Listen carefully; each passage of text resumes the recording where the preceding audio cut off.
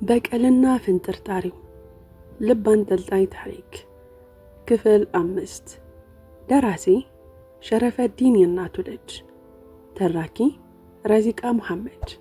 ለቻናላችን አዲስ ከሆናችሁ ላይክ፣ ሼር እና ሰብስክራይብ በማድረግ ቤተሰቦቻችን እንድትሆኑ በታላቅ አክብሮት እንጋብዛችኋለን።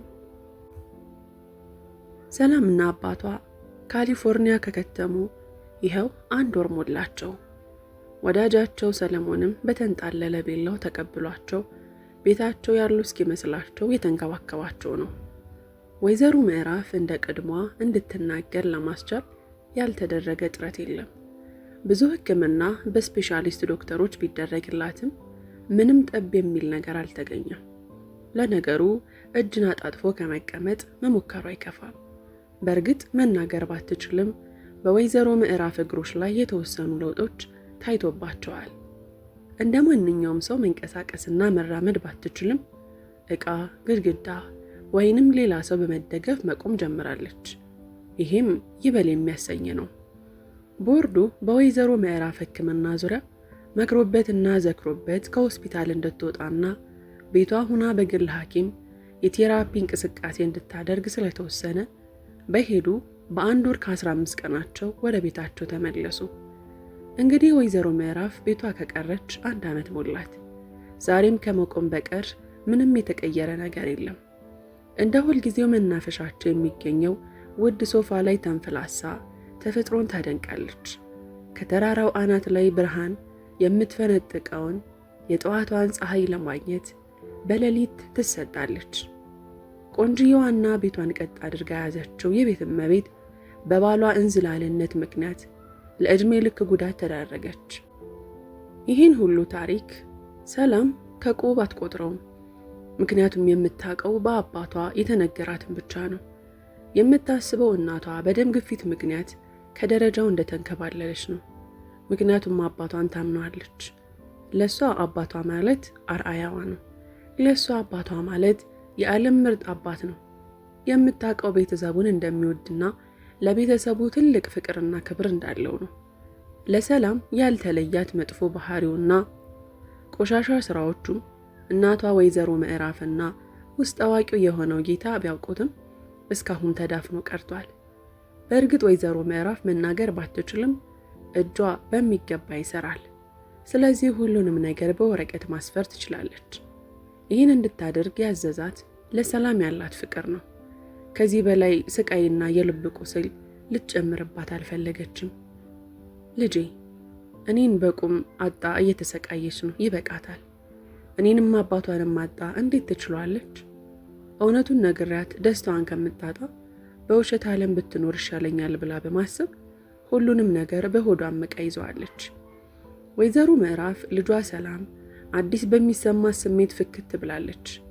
ከዚያ ሁሉ ስቃይዋና ጭንቀቷ በኋላ ስለ ወንድ ማሰብ ስለጀመረች ደስተኛ ሆናለች። ወይዘሮ ምዕራፍ መልሳ ደግሞ ትክዛለች። እንደ ባለቤቷ አይነት ወንድ እንዳይሆን ልቧ ፈራ። እንደ አይኗ ብሌን የምሳሳለት አንድያ ልጇ በወንድ ልቧ ተሰብሮ ስትሰቃይ ያሰበችውና አንገሸገሻት። ብቻ ጥሩ ሰው ያድርገው አለች በሆዷ። ሲስተር አዜብ ሰላም ነበረች የተጣራችው። አቤት ሰላም ፈለግሽኝ? አዎ ትንሽ የማጠናው ነገር ስላለኝ ይቅርታ አድርጊልኝና እናቴን እንድትከታተያት ነው። ሰላምዬ ስራዬ ስለሆነና ስለሚከፈልኝ ብቻ አይደለም እናትሽን የምንከባከባት እንደ እናቴ ስለማያት ቢሆን እንጂ። ስለዚህ ስታዥኝ አትጨነቂ፣ በደስታን የማደርገው። እሺ አመሰግናለሁ ብላት ወደ ክፍሏ አመራች። ከውስጧ ቆለፈችውና ከቦርሷ ውስጥ ማስታወሻዋን አመጣች። ከዛም ገለጥ አደረገችና ከወዲያ ወዲህ የተንጎራደደች ማንበቧን ቀጠለች። በእጅ ያልዳበስኩ በዓይኔም ያላየው ከንፈርህ ያልሳመኝ ትንፋሽ ያልደረሰ በቅፍ ያልገባው ያልተሰማኝ ድምጽህ እንዲሁ በህልሜ አሳምሬ ሳልኩ ዛሬ ሳትመጣም ወይ ተሰቃየውብህ። በህልሜም በወኔም ቀስፈህ ይዘኸኝ ልቤ እንዳያፈቅር አስረህ አስቀመጥከኝ። የአዳም ዘር በሙሉ በባህሪው ቢያንስብኝ ሳነሳ ስጥል አረካኝ ሞኛ ሞኝ። እንከን ስደረድር እድሜ ተላለፈኝ። አሁንስ ይበቃል። ልቤ የሚነግረኝን አዳምጠዋለሁ፣ ውስጤ የሚሰማኝን አጣጥመዋለሁ። መስፈርት መደርደሬም ዛሬ ሳቆማለሁ። የማላቀው ፍቅርህ በህልሜ የማይህ አገኘሁ መሰል ልቤን ከፈትኩልህ። ጠቅልለህ ኑርበት ቤቴን ፈቀድኩልህ። ህልሜ የሚፈታልኝ ልሸጎጥ ከጉያ። ሰላም ከ10 ቀን በኋላ በአዲስ አበባ ዩኒቨርሲቲ ለሚካሄደው የሥነ ጽሑፍ ውድድር ለመሳተፍ እየተለማመደችና እየተዘጋጀች ነው። ሚኪ ከሰላም ጋር በስልክ ካወራ በኋላ በደስታ ሰክሯል። መቀዝቀዝ ፈለገና ሻወር ለመውሰድ ልብሱን አውላልቆ ገባ። የሻወሩን መክፈቻ ከግራ ወደ ቀኝ አሽከረከረው። ውሃው ሸዋ እያለ መውረድ ጀመረ። ከፀጉሩ ጀምሮ መላ አካሉ በውሃ ተዳርሷል። ሚኪ ግን ሳሙና ለመጠቀም እጁን ወደ መደርደሪያው አላከም። ዝም ብሎ ተገትሯል። የውሃውን ቅዝቃዜም ችላ ብሎታል። ስለ ሰላም እያሰበና እያለመ ርቆ ነግዷል። ድምጿ፣ ትህትናዋ፣ ቁንጅናዋ፣ ሳቋን፣ ደግነቷን በአጠቃላይ ራሱን አስረስቶታል። እዛች ጠባብ ሻወር ቤት ውስጥ ሆኖ ያላለመው የለም። 2 ልጆች ወልደው ቢሽ ዳር ውሃ እየተራጩ አሻው ላይ እየተላፉ ሲሯሯጡ፣ እናቱ የልጅ ልጃቸውን ሲያጫውቱ፣ ብቻ ሌላም። ለነገሩ እንደዚህ አይነት ህልም እያለመ የሻወሩ ውሃ ቅዝቃዜው ባይሰማው አይገርምም። ፍቅር ውስጥ ያለን ሰው ሰሃራ በረሃማ አያቃጥለውም፣ የአንታርክቲካ ቅዝቃዜም አያንቀጠቅጠውም። ከረጅም ደቂቃዎች በኋላ ከገባበት ደስ የሚል ህልም ሲነቃ እርጥበቱ አንሸራተተውና ከግድግዳው ጋር ተላተመ። ከወደቀበት ተነስቶ ራሱን አለቀለቀና ፀጉሩን በፎጣ እያደራረቀ ወጣ። ትንሽ እንደመቆም አለና እንደ ጅል ከት ብሎ ሳቀ። እየሆነ ያለው ነገር ለራሱ የሚያስገርመው ይመስላል። ከአልጋው ጫፍ ተቀመጠና እጁን ወደ ኮሜዲኖ ሰዶ ስልኩን አነሳ። 2 ሚስኮልና 1 ሜሴጅ የሚል ኖቲፊኬሽን ላይ ተመለከተ። ሲከፍተው እናቱ ወይዘሮ የሽወርቅና ህዊ ነበሩ የደወሉለት። መልእክቱም ከህዊ ነበር። ሚኪ መገናኘት አለብን ይላል። መቅደም ያለበትን በማስቀደም ለእናቱ ደወለላት። ከ3 ጥሪ በኋላ ተነሳ። ሄሎ ዮቤ፣ እንዴት ነህልኝ? አለሁልሽማ፣ ደህና ነሽ? እኔማ ምን ሆናለሁ? አንተ አመዳ እንዴት አስቻለ? ድምፄን ሳሰማ እንዴት ዝም ትለኛለህ ሳትደውልልኝ? አይማ ሰሞኑን እኮ ቢዚ ሆኜ ነው፣ ምዝገባ ምናምን እያሉ አንገላቱ። ይሁና ግን እዮቤ ልቤ ፍርሃት እያለው ነው። ምንም አላማረኝም። እዚህ ከጎኔ ብትሆን ይሻለኝ ነበር። እማ ትንሽ ጊዜ ብቻ ነው፣ ተመልሰን አብረን እንሆናለን። ደግሞ ካንቺ አልደብቅም፣ መቼም የሆነች ልጅ የወደድኩ ይመስለኛል። እናቱ ወይዘሮ የሽወርቅ እልል እያለች በደስታ በመጮህ ስልኩን አወከችው። አረማ ተረጋጊ። እንዴት ነው የምረጋጋው ልጅ? ያንን ሁሉ ነገር አሳልፈ መውደድ ከቻልክ ብላ ድምጿ አጠፋ። እማ ማልቀስ ጀመርሽ አይደል? እንዲህ ስትሆኝ እኮ እዳከምብሻለሁ። ተይ እንጂ። አላለቅስም እዮቤ፣ አሁንማ ደስታዬ ነው፣ አላለቅስም። የልጅ ልታሳየኝ አይደል? ሚኪ ከት ብሎ ሳቀ። አይማ ቀለኛ እኮ ነሽ። ገና ምኑ ተያዘና እኔ ወደድኳት አልኩሽ እንጂ ገና ልጅቷ እኮ አልተገናኘንም። እሷ ምን እንደሚሰማት እንኳን አላውቅም። ቢሆንም አንተ መውደድ መቻልህ በቂ ነው። እንደዚህ አይነት ስሜት ሊሰማህ መቻሉ ብቻ ደስተኛ አድርጎኛል። እስከዛሬ ስፈልገውና ስመኘው የኖርኩትን ነገር ነው የነገርከኝ። ደግሞ የኔን ሸበላ አግኝታ ነው? አይማ ዝም ብለሽ ስታሞግሽኝ ነው። ልጄ ድምፅህን ከሰማሁት ይበቃል። በቃ እንዳይቆጥርብህ ራስህን እየጠበክ። ደግሞ ስላስለቀስኩ እንዳትረብሽ፣ የእናት አንጀት ሆኖብኝ ነው። ጠንክርልኝ። እሽማ አንቺም ጤንነትሽን ተከታታይ። እወድሻለሁ። አበበችንም ሰላም በይልኝ። እሽ ልልሃለሁ ልጄ። ቻው ዮቤ፣ እኔም እወድሃለሁ። ሚኪ የስልኩን ቀይ ቁልፍ በመጫን ዘጋውና ትካዜ ውስጥ ገባ። ለእናቱ የማይደውልላት ሳትናፍቀው ቀርታ አይደለም፣ በየሰከንዱ ቢያወራት ይፈልጋል። የማይደውልበት ጥቂት ምክንያቶች አሉት። የሚኪ ደካማ ጎኑ እናቱ ናት። በስልክ ድምጿን ሲሰማው ስሜቱ ሁሉንም ነገር እርግፍ አድርገህ ትተህ እናትህ ጋር ተመለስ በማለት ይፈታተነዋል። እሱ ደግሞ ይህንን ስሜቱን አይወደውም።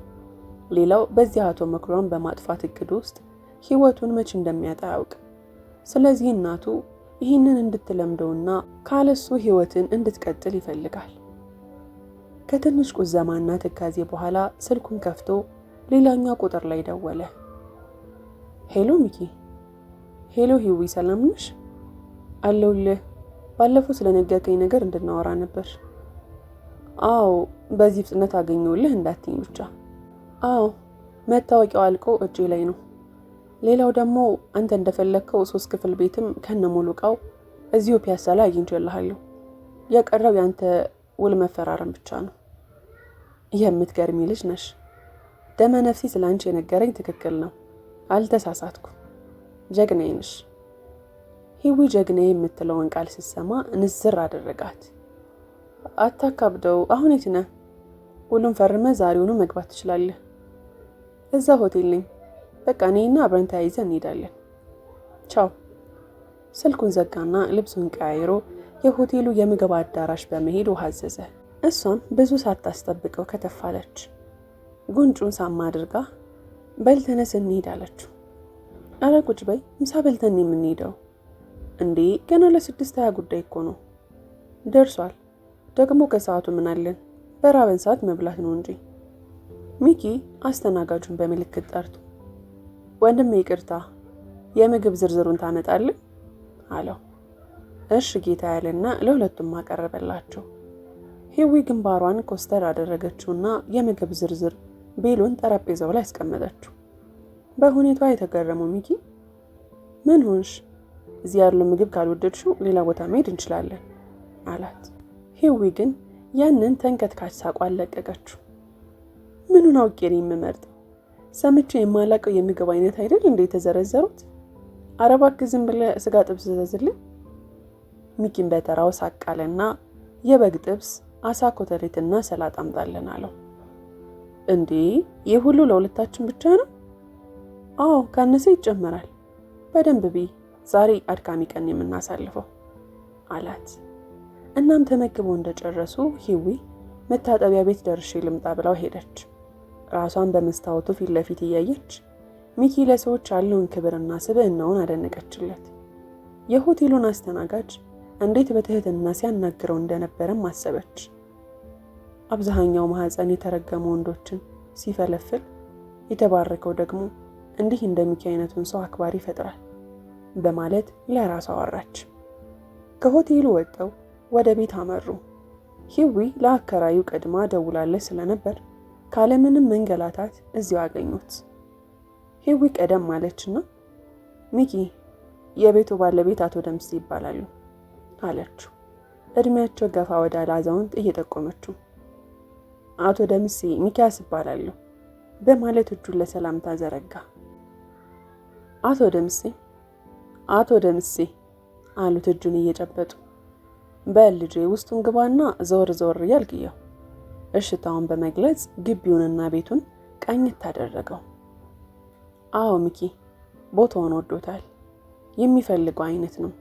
ግቢው በዛፎችና እጽዋቶች የተሞላ ነው። ውስጡ አይንን ይስባል። እቃዎቹም ማራኪ ናቸው። በተለይ ደግሞ ቦታው ስውር ያለና ሰላም ያለው በመሆኑ ለሱ ምቹ ሆኖለታል። እንዴት ነው ወደድከው ልጄ?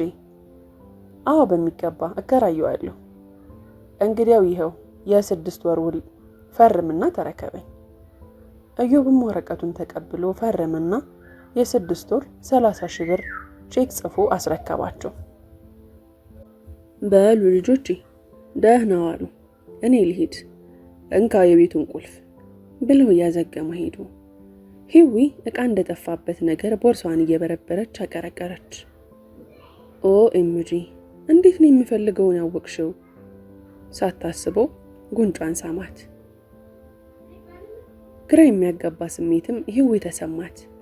ለሚሰማት ስሜት ትኩረት ሳትሰጠው መታወቂያውን አወጣችና ይሄ ደግሞ ደስታን እጥፍ ድርብ ያደርግልሃል አለችው። ከእጇ ላይ ተስገብግቦ መነተፋት። ሙሉ ስም ሚኪያስ አበበ የሚለውን ብቻ አየና ዋሌት ውስጥ ከተተው። ሂዊ ያመሰግናለሁ፣ ሸክሜን አቀለሽልኛል። አሁን አንድ እርምጃ እንደተጓዝኩ አስባለሁ። ሚኪ ምስጋና ያስፈልገው። አትርሳ እንጂ ኢዮብ፣ በዚህ መንገድ እኮ አብረናል። ሂዊዬ ላርምሽ፣ ስሜ ሚኪ ነው። ተሳስተሽም ቢሆን ኢዮብ እንዳትዪ። ኦ የሆነ ነገር ትዝ አለኝ። ሂዊ ነይ፣ የሆነ ቦታ እንሂድ፣ ፍጠኝ። አቻክሎ ከቤት አስወጣት። እንዴ ምንድነው ነገሩ? በድንገት እንደዚህ የሚያስቸኩል ምን መጣ? አይነገርም፣ ሚስጥር ነው። ዝም ብለሽ እንሂድ። አክለፍልፎ ላዳ ታክሲ ውስጥ አስገባት። 22 እንደደረሱ ከታክሲው ወረዱና በእግራቸው መጓዝ ጀመሩ። ሂዊ የት እንደሚሄዱ ባይገባትም ዝም ብላ እየተመራች ነው። ሳሚ የሴቶች ጌጣጌጥና የልብስ መደብር የሚለው ጋር እርምጃውን ገታ አደረገና እጇን አፈፍ አደረጋት። ግራ በመጋባት ሚኪ ምንድን ነው? ነይ ውስጥ እንግባና አንዳንድ ልብሶችን እንለካ። እንዴ ይሄ እኮ የሴቶች ብቻ ነው። የሴት መለካት አትችልም ያለኝ ማን ነው? ይሄኔ ይዞት የመጣው ለሷ መሆኑ የገባት ሂዊ አይ አልገባም፣ ልብሶቹ ውድ ናቸው። እንዲህ ግቢ አትግቢ አይነት ምልልስ እያደረጉ ያለ የሱቁ በር ተከፈተ። አንገቱን ሲያዞር ሰላም በልብስ መያዣ የሆነ ነገር አንጠልጥላ ከሱቁ እየወጣች ነው። አንዳቸው ይልገፋፋው። የሂዊን እጅ ለቀቀና ወደ ሰላም ለመሄድ አንድ እርምጃ እንደተራመደ ክፍለ ሀገር እንደሚሄድ በስልክ የነገራት ዛለው። በጣም ደነገጠ። ሰላም እንዳታየው ጀርባውን ሰጣትና ፊቱን አዙሮ ሂዊን አቀፋት። ሰላም ሚኪ መሆኑን አላስተዋለችም። ቀና ብላየችና ፈገግ ብላ መንገዷን ቀጠለች። ሂዊ በኢዮብ መታቀፍ ሰውነቷን ሙቀት በሙቀት አድርጎታል። እሱ ምንም እንኳን ለከለላ ቢያቅፋትም እሷ ግን እንደዛ አላሰበችም። እቅፍ ውስጥ እንዳለች ሰመመን ውስጥ ገብታለች። አደባባይ ላይ እንዳለች እንኳን ረስተዋለች። ብቻዋን ቀልጣለች። ኢዮብ ሰላም መሄዷን ካረጋገጠ በኋላ ግራ ቀኙን ተገላምጦ እየተመለከተ ሂዊን ከእቅፍ አስወጣት። ሂዊ የጨፈነችውን አይኗን ቀስ ብላ ገለጠችውና ቁና ቆና መተንፈስ ጀመረች። ትንፋሿ ቁርጥ ቁርጥ ይላል። እንዳይነቃባት የተጠነቀቀች አንተ አፍነህ ልትገለኝ ነው እንዴ አለችውና ትከሻውን መታረገችው። አልቀረብሽም፣ በእኔ እንግባ አላትና ተከታትለው ገቡ። እንኳን ደህና መጣችሁ፣ የምትፈልጉትን የልብስ ፋሽን እንደምታገኙ ተስፋ አደርጋለሁ አለች አንዲት ቆንጅዬ ወጣት ከበሩ እየተቀበለቻቸው። እናመሰግናለን። ሁሉንም ልብሶች ከዱባይ ነው ያስመጣናቸው። እዚህ ጋር የተደረደሩት ደግሞ አዲስ የገቡ ናቸው። የፈለጋችሁትን መረጡ ወይም ምን እመርጥላችኋለሁ። አይ እኛውን እመርጣለን አለች ሂዊ። ሂዊ የተወሰኑ ልብሶችን ሰበሰበችና ወደ መጋረጃው ገባች። ከጥቂት ደቂቃዎች በኋላ በሰማያዊ ከለር የደመቀ አጭር ቀሚስ አድርጋ ብቅ አለች። ሚኪ ፊቱን ዘፈዘፈባት። የተመናቀረች ሄደችና ሌላ ሞከረች። ከጀርባው ክፍት ከፊት ደግሞ ትንሽ ከፈት ያለ ከቀኝ በኩል ኪሎሽ ቅድ ያለው ቀይ ሙሉ ቀሚስ ለብሳ ሳምባ ዳንስ እንደሚደንሱ ፍቅረኛሞች እየተሽከረከረች በድጋሚ ለእይታ ወጣች። ሚኪ ግን ፊቱን ፈገግ በማድረግ ዋው የሚል ምልክት አሳያት። እንዲህ እያሉ ብዙ ልብሶችን ሞከረች። እንደጨረሱ ቆንጅዬዋ ወጣት የትኛውን ልጠቅልላችሁ አለቻቸው ፈገግታ ባደቦ ትህትና። እባክሽ ሶስቱንም ጠቅሊውና ሂሳቡን ስሪው። ሂዊ ደነገጠች። ሶስቱንም ብላ ዝም አለች። ምክንያቱም ብትከራከረውም እንደማይሰማት ገብቷታል። ስለዚህ በዝምታ ማየቱን መረጠች። ሂሳቡን በምን ላድርገው አለችው ቆንጅዬዋ ወጣት። ሚኪም ወደ ኪሱ እየገባ በክሬዲት ካርድ ታስከፍላላችሁ አላት። አዎ ይቻላል አለችና ክሬዲት ካርዱን ከእጁ ላይ ተቀበለችው። እናመሰግናለን ብለው ወጡ። በክሬዲት ካርድ መክፈሉ ላያስገርመን ይችላል። ሚኪ ግን አሁን ላይ ክሬዲት ካርዱን የተጠቀመበት ለሂዊ ስነ ልቦና በማሰብ ነው። ዋጋው ውድ ከሆነ ብዙ ወጪ አስወጣሁት ብላ እንዳትሸማቀቅና አስቸገርኩት የሚል አይነት ስሜት በውስጧ እንዳይሰርጽ በማሰብ ነው።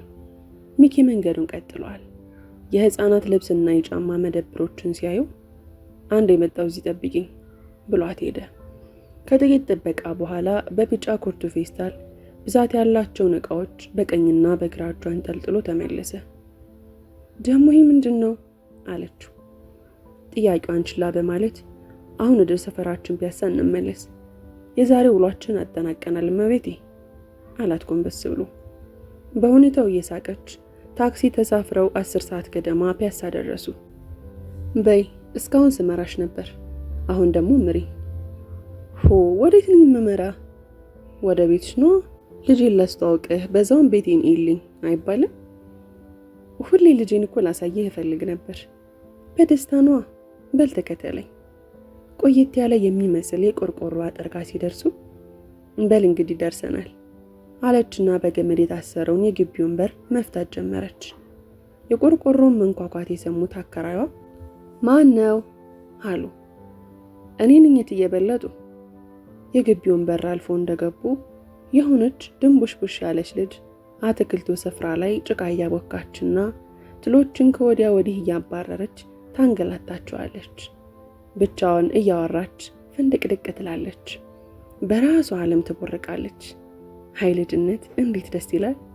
ልጅ ስትሆን ምንም ነገር ያስደስትሃል። የዝቻ ዓለም ጣጣ መከራና ችግርም አያሳስብህም። ልብህ ውስጥ ፍቅር እንጂ ጥላቻ ስላልተንሰራፋ ሁሉንም ነገር ትወዳለህ። ልጅ ስትሆን ነገሮች ሁሉ አዲስህ ናቸው። ትደመምባቸዋለህ፣ ትገረምባቸዋለህ፣ ትደሰትባቸዋለህ፣ ትመራመርባቸዋለህ። ሚኪ ፈገግ ብሎ አያትና ይህች ናት ልጅሽ አላት። አዎ አለችውና ራሷን በመነቅነቅ ወዲያው የእናቷን መምጣት ያየችው ሕፃን ፈገግ እያለች ከነጭቋ ተንደርድራ እናቷ ላይ ጥምጥም አለችባት። አገላጣ ሳመቻት። በየኔ ቅመም ልቀቂኝና አጎትሽን ተዋወቂው። ማን ነው ስምሽ አላት ሚኪ ጉልበቱ ላይ አስቀምጧት። ጉንጮቿንም በእጁ እየዳበሰ ማርያማዊት አለችው። ሳም አደረጋትና ወደ ቤት አመሩ። አከራራ በለጡ ግርማ ሞገስ ባለው አቀማመጥ ደጃፋቸው ላይ ተቀምጠው ጥጣቸውን ይፈትላሉ። ሂዊ እትዬ እንዴት ዋሉ? የእጃቸውን መዳፍ አገላብጣ ሳመቻቸው። ተባረኪ ልጄ ተባረኪ አሏትና ሚኪን ቀና ብለው አዩት። ከአንገቱ በማጎንበስ ፈገግ አለላቸው። እርሳቸውም ግንባራቸውን ፈታ አድርገው ጥሩ ፊት አሳዩት። እየተከበሩ ሚኪ ቤቴ እንግዲህ ይህንን ይመስላል፣ ይግቡ በማለት በራፏን ከፍታ ቆመች። ገባና የተዘረጋው ፍራሽ ላይ ተቀመጠ። ሚኪዬ አንድ የማርያማዊትን አጣጥበት ልምጣ ብላ ወጣች። ሚኪው ቤቱን ቃኘት ታደረገው። ከሁለት ፍራሽና ከተወሰኑ ዕቃዎች በስተቀር ምንም የለም። ከልቡ አዘነላት። የመንፈሷን ጥንካሬም አደነቀላት።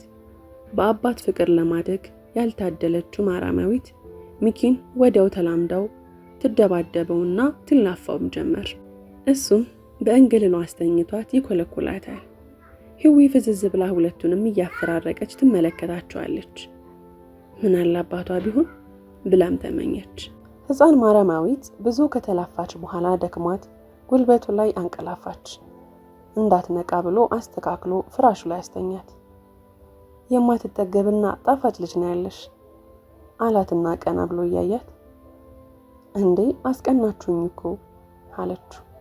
ዋ እንዳላስኮበልልብሽ፣ በዚሁ ከቀጠልክማ አይቀርልኝም፣ አስፈራኸኝ ሳቃለና እኔ ምልሽ ከአከራይሽ ጋር ያለሽ ቅርርብ አስገርሞኛል። አዎ እትዬ በለጡ ልክ እንደ እናቴ ናቸው። ሲበዛ ደግና አዛኝ ሴት ናቸው። ይገርምሃል ከባህር ዳር ወደዚህ እንደመጣው የሚሄድበት ግራ ገብቶኝ ሆዴ እንዳንጋጠጠ መንገድ ዳር ቁጭ ብዬ አንገቴን ደፋው። ሁሉም ሰው ዘወር ብሎ እየተመለከተ ከንፈሩን እየመጠጠልኝ ሲል እትዬ በለጡ ግን ጥሎኛል ሄዱ። ክፍል 6 ይቀጥላል። ታሪኩን ከወደዳችሁት ላይክ፣ ሼር፣ ሰብስክራይብ ማድረጋችሁ እንዳትረሱ።